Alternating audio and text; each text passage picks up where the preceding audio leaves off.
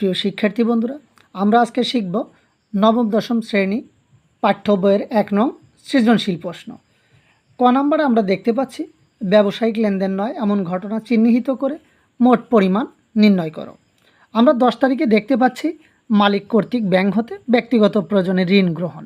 মালিক ব্যক্তিগত প্রয়োজনে যদি ঋণ গ্রহণ করে তার পারিবারিকভাবে অর্থের পরিবর্তন ঘটে, কিন্তু ব্যবসায়ে অর্থের কোনো পরিবর্তন ঘটে না, সুতরাং এটি লেনদেন হবে না। আমরা ১৫ তারিখে আরেকটি ঘটনা দেখতে পাচ্ছি ৪৫,০০০ টাকার আসবাবপত্র ক্রয়ের ফরমায়েশ প্রদান। ফরমায়েশ প্রদান অর্থ অর্ডার দেওয়া। আমরা আসবাবপত্র ক্রয়ের অর্ডার দিয়েছি, কিন্তু আমাদের ব্যবসার অর্থের কোনো পরিবর্তন হয়নি, সুতরাং ১৫ তারিখও ঘটনা বলা যাবে, লেনদেন বলা যাবে না। তাহলে আমরা ক নং প্রশ্নের ছক তৈরি করব। তারিখ, বিবরণ, বিস্তারিত টাকা, পরিমাণ টাকা। আমরা লিখব ১০ তারিখে মালিক কর্তৃক ব্যাংক হতে ব্যক্তিগত প্রয়োজনে ঋণ গ্রহণ, অর্থাৎ মালিক ব্যাংক হতে ব্যক্তিগত প্রয়োজনে ঋণ গ্রহণ করেছে ৪০,০০০ টাকা এবং ১৫ তারিখে আসবাবপত্রের ফরমায়েশ প্রদান ৪৫,০০০ টাকা, মোট ৮৫,০০০ টাকা। এমন ঘটনার পরিমাণ আমরা নির্ণয় করলাম, যেগুলো ঘটনা কিন্তু লেনদেন নয়, তার পরিমাণ হচ্ছে ৮৫,০০০ টাকা। আমরা খ নং প্রশ্নটি দেখব। ঘটনাসমূহ হতে লেনদেন চিহ্নিত করে সমীকরণ পদ্ধতিতে কারণসহ ব্যাখ্যা করো। আমরা ১০ এবং ১৫ তারিখ ব্যতীত অন্যান্য ঘটনাগুলো যেহেতু লেনদেন, সেগুলো আমরা দেখব। ১ তারিখে আমরা দেখতে পাচ্ছি ৫ লক্ষ টাকা নিয়ে ব্যবসা আরম্ভ করেন। তাহলে রিফাত এন্টারপ্রাইজ ৫ লক্ষ টাকা কারবারে আনয়ন করার কারণে নগদ অর্থ বৃদ্ধি পেয়েছে এবং সমপরিমাণ মূলধন বৃদ্ধি পেয়েছে। আমরা লিখব নগদান হিসাব ডেবিট, মূলধন হিসাব ক্রেডিট। নগদ অর্থ মূলধন স্বরূপ কারবারে আনয়ন করায় নগদ অর্থ অর্থাৎ এ বৃদ্ধি পেয়েছে এবং মূলধন আনয়ন করায় মূলধন বৃদ্ধি পাওয়ায় আমরা লিখব মালিকানা সত্ত্ব ওই বৃদ্ধি পেয়েছে। ৩ তারিখে আমরা দেখতে পাচ্ছি ব্যাংকে ৫০,০০০ টাকা জমা দিয়ে একটি হিসাব খোলা হলো।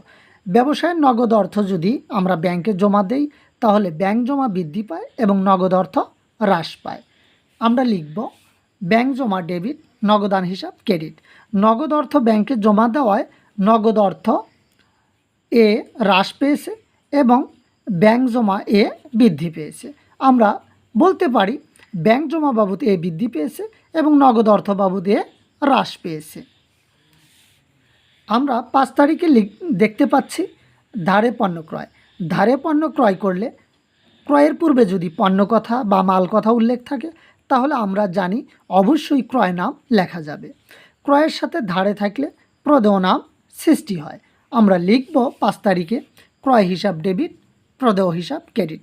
ধারে পণ্য ক্রয় করার ফলে মালিকানা সত্ত্ব ওই হ্রাস পেয়েছে, অর্থাৎ খরচ ডেবিট থাকলে ওই হ্রাস পায়। ক্রয় যেহেতু একটি খরচ যেহেতু ডেবিটে রয়েছে, তাহলে আমরা সিদ্ধান্ত নেব ওই হ্রাস পেয়েছে। এবং প্রদেয় হিসাব হচ্ছে দায়। দায় যদি ক্রেডিটে থাকে, তাহলে এল বৃদ্ধি পায়। ধারে পণ্য ক্রয় করলে ক্রয় হিসাব ডেবিট এবং প্রদেয় হিসাব ক্রেডিট। তাহলে ধারে পণ্য ক্রয় করার ফলে মালিকানা সত্ত্ব হ্রাস পেয়েছে, অর্থাৎ ওই হ্রাস পেয়েছে। প্রদেয় অর্থাৎ প্রদেয় যদি ক্রেডিটে থাকে, তাহলে এল বৃদ্ধি পেয়েছে।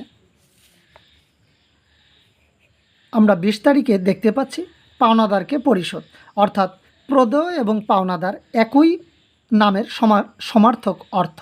আমরা ২০ তারিখে পাওনাদারকে যদি পরিশোধ করি, তাহলে পাওনাদার যখন সৃষ্টি হয় তখন ক্রেডিট হয়, এবং যখন পরিশোধ করি পাওনাদার হিসাব ডেবিট হয়, এবং পরিশোধ করলে অবশ্যই নগদ অর্থ চলে যায়, নগদান হিসাব ক্রেডিট হয়। আমরা লিখব প্রদেয় বা পাওনাদার হিসাব ডেবিট, নগদান হিসাব ক্রেডিট। পাওনাদারকে পরিশোধ করায় প্রদেয় অর্থাৎ এল হ্রাস পেয়েছে এবং নগদ অর্থ এ হ্রাস পেয়েছে।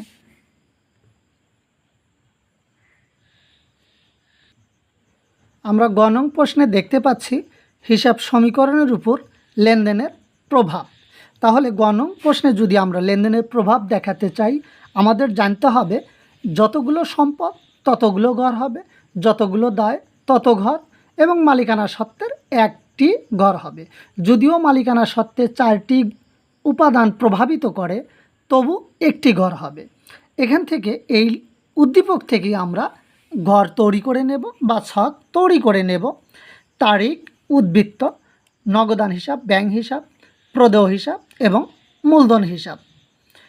আজকের উদ্দীপকে আমরা দেখতে পাচ্ছি 1 তারিখে 5 লক্ষ টাকা নিয়ে ব্যবসা আরম্ভ করা হলো। নগদ অর্থ নিয়ে যদি আমরা ব্যবসা আরম্ভ করি তাহলে নগদান হিসাব ডেবিট এবং মূলধন হিসাব ক্রেডিট। তাহলে আমরা নগদের কলামে 5 লক্ষ টাকা লিখব এবং মূলধনের কলামে 5 লক্ষ টাকা লিখব এবং যেহেতু বৃদ্ধি পেয়েছে এই কারণে আমরা ফাঁকা রাখব। ফাঁকা রাখাও হচ্ছে বৃদ্ধিকরণ বোঝায়। আমরা 3 তারিখে দেখতে পাচ্ছি ব্যাংকে 50,000 টাকা জমা দিয়ে একটি হিসাব খোলা হলো। ব্যাংক হিসাব ডেবিট, নগদান হিসাব ক্রেডিট। যেহেতু ব্যাংক জমা বৃদ্ধি পেয়েছে এই কারণে ব্যাংকের কলামে আমরা 50,000 টাকা লিখে ফাঁকা রাখব এবং নগদান হিসাব যেহেতু হ্রাস পেয়েছে আমরা নগদের কলামে 50,000 টাকা লিখে ব্র্যাকেট দিয়ে আটকিয়ে দেব। এই ব্র্যাকেট দিয়ে আটকিয়ে দেওয়াই হচ্ছে হ্রাস পাওয়া। 15 তারিখে আমরা দেখতে পাচ্ছি, আমরা 5 তারিখ দেখতে পাচ্ছি ধারে পণ্য ক্রয়। ধারে পণ্য ক্রয় করলে ক্রয় হিসাব ডেবিট, প্রদেয় হিসাব ক্রেডিট। ক্রয় করলে মালিকানা সত্ত্ব হ্রাস পায় এবং ধারে পণ্য ক্রয় করার কারণে প্রদেয় বা পাওনাদার হিসাব বৃদ্ধি পায়। আমরা দেখব 5 তারিখে যে ক্রয় হিসাবের কারণে মালিকানা সত্ত্ব হ্রাস পেয়েছে। এই কারণে মালিকানা সত্ত্বের ঘরে 25,000 টাকা লিখে আমরা ব্র্যাকেট দিয়ে আটকিয়ে দেব এবং প্রদেয় হিসাব ক্রেডিটে থাকলে যেহেতু বৃদ্ধি পায় এই কারণে আমরা প্রদেয়র কলামে বা দায়ের কলামে 25,000 টাকা লিখে ফাঁকা রাখব। আমরা 20 তারিখে দেখতে পাচ্ছি পাওনাদারকে পরিশোধ। পাওনাদারকে পরিশোধ করলে প্রদেয় বা পাওনাদার হিসাব ডেবিট হয়, অর্থাৎ দায় হ্রাস পায় এবং নগদ অর্থও হ্রাস পায়। তাহলে আমরা প্রদেয়র কলামে 15,000 টাকা লিখে ব্র্যাকেট দিয়ে আটকিয়ে দেব এবং নগদান যেহেতু ক্রেডিট হয়েছে অর্থাৎ সম্পদ হ্রাস পেয়েছে আমরা নগদের কলামেও 15,000 টাকা ব্র্যাকেট দিয়ে আটকিয়ে দেব। যেহেতু আর কোনো লেনদেন নেই আমরা যোগ করব। আমরা উদ্বৃত্ত দেখতে পাচ্ছি যা আমাদের নগদের কলামে ছিল 4,50,000 টাকা। 15,000 টাকা যেহেতু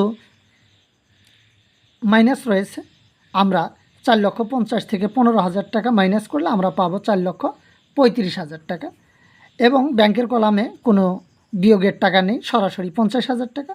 আমাদের দায়ে ছিল 25,000 টাকা, 15,000 টাকা বিয়োগ করলে আমরা ফলাফল পাবো 10,000 টাকা। আমাদের মূলধনে ছিল 5 লক্ষ টাকা, বিয়োগ করার কারণে 4,75,000 টাকা। এই 4,75,000 টাকাই হচ্ছে আমাদের সর্বশেষ ফল। আমরা জানি যত টাকা সম্পদ হবে দায় এবং মালিকানা সত্ত্ব মিলেও তত টাকা হবে। আমাদের সম্পদে ছিল 4,35,000 টাকা এবং 50,000 টাকা, উভয় যোগ করার ফল 4,85,000 টাকা। আমাদের দায়ে ছিল 10,000 টাকা এবং মূলধন বা মালিকানা সত্ত্বে রয়েছে 4,75,000 টাকা। সম্পদে যত টাকা হয়েছে দায় এবং মালিকানা সত্ত্ব মিলেও তত টাকা হয়েছে, অর্থাৎ A = L + OE প্রমাণিত হয়েছে।